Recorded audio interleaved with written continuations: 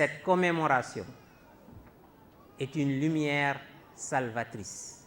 La commémoration du martyr, du Seigneur des martyrs, l'imam Abu Abdallah al-Hussein, est une lumière salvatrice pour tous, car Hussein, selon l'imam Ja'far Sadiq, est la lumière de la guidance, Misbahul Huda, le flambeau de la guidance, et le navire de la délivrance, Safinatun Najat.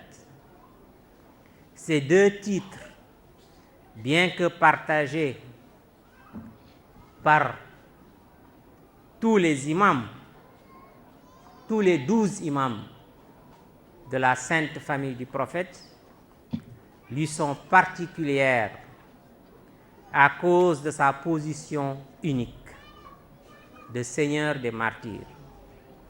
À ce titre, le prophète l'avait interpellé alors qu'il était encore très jeune, en l'appelant affectueusement « Ô intercesseur de ma communauté ». Le rappel du martyre de Hussein et le ressentiment intérieur de deuil que nous devons cultiver en nous-mêmes est le meilleur moyen d'éliminer tous les obstacles apparents et cachés qui nous empêchent d'atteindre la félicité. Tout un chacun, quel que soit son degré de foi et de réalisation, a besoin de cette lumière pour aplanir les difficultés et faciliter la réussite dans son cheminement. Muharram, c'est un mois de deuil et de tristesse pour la famille du prophète et pour tous ceux qui aiment le prophète et les membres de sa famille.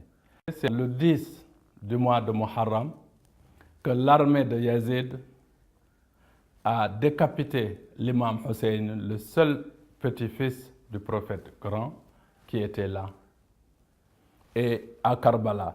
Et ils ont massacré la quasi-totalité de la famille du prophète ce jour-là. Et donc, Yazid, quand on lui a ramené la tête de l'imam Hussein sur un plateau et qu'il a vu la tête, il s'est prosterné et de joie.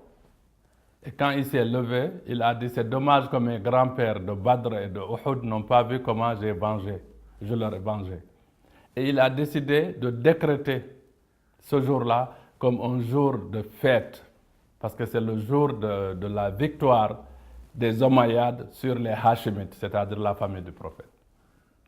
Maintenant, comme c'est Yazid qui était le calife à l'époque, et c'est lui qui a envoyé ses armées partout, et en particulier en Afrique, à travers l'Égypte, la Tunisie et jusqu'au Maroc, et c'est eux qui nous ont amené l'islam que nous pratiquons aujourd'hui. Donc, aujourd'hui, au Sénégal ou partout, le jour de Ashura, c'est un jour de fête, une grande fête. Mais dès que vous posez la question à quelqu'un, pourquoi vous fêtez ce jour, ils vous disent que c'est le jour de l'an. Mais le jour de l'an ne peut pas être le 10e jour du mois. Ensuite, le mois de Muharram n'est même pas le premier mois de l'année musulmane, parce que le premier mois, c'est le Rabi al-Awwal, ce n'est pas Muharram. Sinon, ils vont vous dire non, c'est ce jour-là que Moussa a une victoire sur Pharaon, où il y a et tel, des événements heureux. Mais nous tous, nous savons que même si s'il y a un événement heureux chaque année, mais si un jour il arrive qu'on a un deuil, qu'il y a un massacre dans la famille, ce jour-là, s'il revient, le deuil va prendre toujours le dessus sur la joie. Donc pour nous, le jour de Ashura ne peut pas être considéré comme un jour de fête. Au contraire, c'est un jour de deuil et de tristesse pour le prophète, les membres de sa famille et tous les partisans du prophète et tous ceux qui aiment le prophète.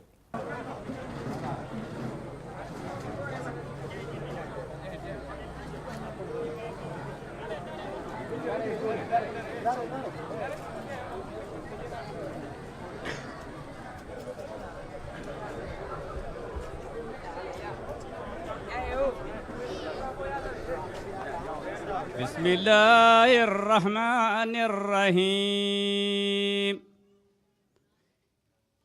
أما يتساءلون عن النبأ العظيم الذي هم فيه مختلفون كلا سيعلمون ثم كلا سيعلمون ألم نجعل الأرض مهادا والجبال أوتادا وخلقناكم أزواجا وجعلنا نومكم سباتا وجعلنا الليل لباسا وجعلنا النهار مآسا وبنينا فوقكم سبعا سدادا وجعلنا سراجا وهاجا وجعلنا سراجا وهاجا هذا السلام عليكم ورحمة الله صدق الله العظيم. L'islam, c'est une religion de développement, c'est une religion de paix, c'est une religion d'amour, c'est une religion de partage. Mais pour qu'on puisse avoir cet islam de développement, de paix, d'amour et de partage, il faut qu'on ait les enseignements originels de notre prophète. Parce que la vérité est que aujourd'hui, nous avons plusieurs groupes de l'islam. Chacun dit qu'il est dans la vérité et l'autre est dans l'erreur. Mais si on se retourne vers le Coran, on comprend clairement que Dieu nous a donné la direction. Il nous a dit, ô vous les croyants, obéissez à Dieu, obéissez à son prophète et après obéissez aux détenteurs du pouvoir. Aujourd'hui, toute la question est là. Tous les musulmans sont d'accord d'obéir à Dieu et à son prophète, mais tous les musulmans n'obéissent pas aux détenteurs du pouvoir parce qu'ils n'ont pas la même vision ni la même compréhension de ceux qui sont les détenteurs du pouvoir. Le prophète a dit, je suis la cité de la connaissance, allez en est la porte. Ensuite, le prophète nous a dit, a répété plusieurs fois, celui dont je suis le maître, après moi, Ali est son maître. Donc, quand vous étudiez le Coran, très bien, et les hadiths du prophète, vous comprenez que les détenteurs du pouvoir, c'était les Ahlul Bayt, c'est-à-dire la famille du prophète. Ceux qui étaient dans la maison quand l'ange Gabriel amenait la révélation. À chaque fois que l'ange amenait un verset, ces gens-là mémorisaient le verset, savaient à quel moment le verset est descendu, si c'est le jour ou la nuit, pourquoi et dans quel contexte. Et c'est ces gens-là, après la mort du prophète, qui devaient interpréter et expliquer l'islam au reste du monde. Malheureusement, la chose la plus chère que le prophète a laissée après sa mort, c'était Fatima Zahra, Imam Ali, Al-Hassan, Al-Hussein. Allahumma salli ala Muhammad wa ali Muhammad. Et tous ces quatre-là ont été tués. Aujourd'hui, le monde musulman doit forcément se poser la question et de savoir pourquoi on a tué ces gens-là. Qui les a tués? Et ceux qui ont tué, quel rôle ils ont joué dans l'islam que nous pratiquons aujourd'hui? Et dès qu'on a la réponse à ces questions-là, on retrouve l'islam vrai, originel et authentique. Wassalamu alaikum wa rahmatullahi wa barakatuh.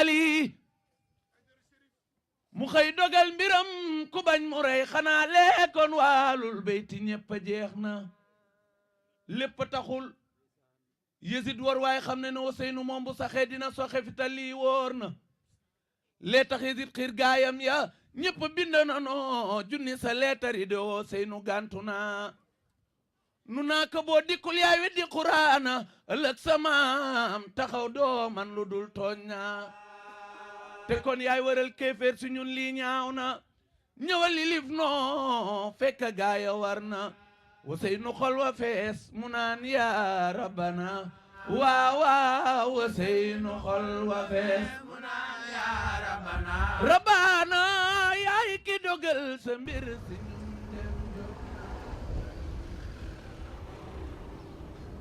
Je souhaiterais que cette radio soit une radio qui va contribuer au développement de ce pays. Que ce soit une radio qui va contribuer pour sensibiliser les populations sur des problèmes de santé, la protection de l'environnement, etc.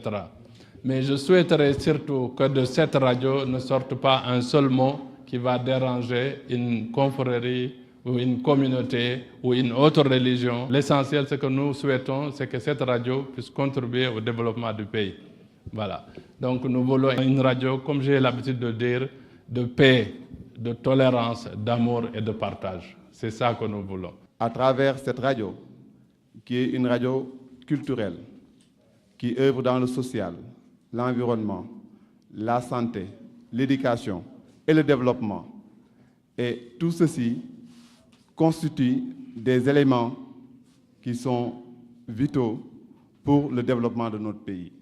Et l'accompagnement de Chérif à l'action du gouvernement par ses actions est vraiment salué par les plus grandes autorités. Les actions comme ça sont à magnifier, à renforcer, à encourager, parce que ce qui le motive, c'est l'islam. Ce qui le motive, c'est l'éducation. Ce qui le motive, c'est la formation.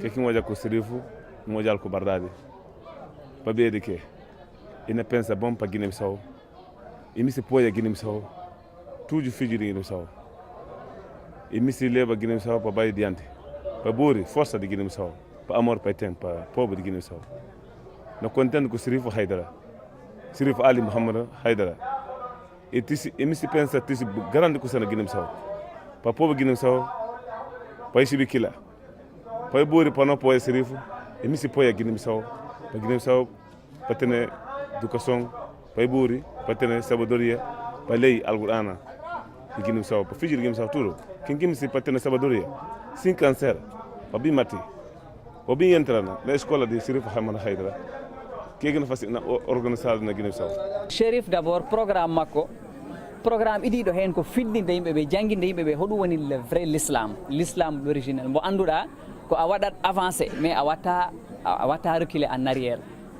wonta ko neɗɗo yiɗowo yimɓeɓe a wonta neɗɗo waroɗo yimɓe donc min nde nafoori kam hen vraiment ɓuuri wadde attiré pour mi nata e Mousdahir mi daro hen kadi woɓɓe hewɓe nata hen fonno yetti Allah kono ko min ɓuuri yettude Allah hande garɗo ha yimɓe garɗo ha fuɗɗi gollodade e muɗum ko jiimi e Chérif ko alhamdulillahi rabbil alamina fula du yetti Allah nafoore kay nafoore kam somi jaɓi hen nafoore ɗum ɓeydetaka saabu kala lewru min ɓeydoto ano note muito importante ko casa de Mousdahir no istali ciw anos minjeris no gostadi eskusa de Mousdahir de ahalul bayti nona pidi deus tudo nde ko Sirifu no ca kinkina judal pa judal manera de firmanta e Mousdahir lina Guinée Bissau en tout cas o hollimi affaire l'islam wonmi hollude affaire dina woni wallude yimɓe ɓe surtout développement mon wadde affaire sengu sukaɓe. Ces idées pour le développement, ces idées pour l'islam m'ont vraiment frappé. C'est un homme qui s'investit beaucoup dans le développement comme lui aime bien à le qualifier, le développement de l'homme intégral à la fois spirituel et matériel. J'ai toujours moi-même pensé comme cela. C'est pour cela que très tôt, vraiment, on a pu faire chemin ensemble et j'ai épuisé ses idées. Chérif, c'est difficile de le qualifier parce que c'est un homme exceptionnel qui a une vision qui dépasse quand même largement la vision de beaucoup de personnes, beaucoup même de leaders dans ce continent, dans ce monde-là.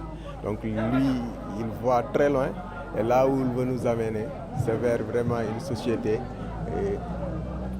pleinement développée.